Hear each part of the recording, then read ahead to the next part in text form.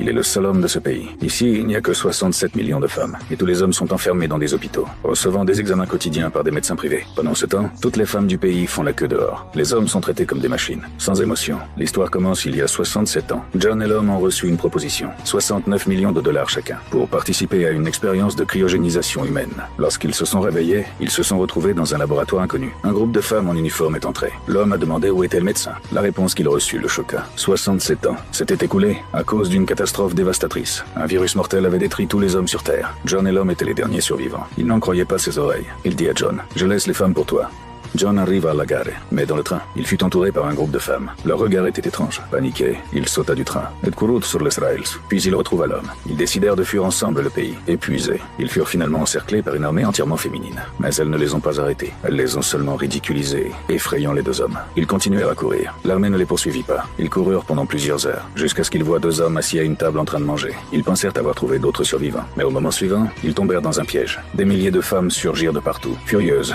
comme des zombies. Et les deux hommes, à leur côté, retirèrent leurs masques.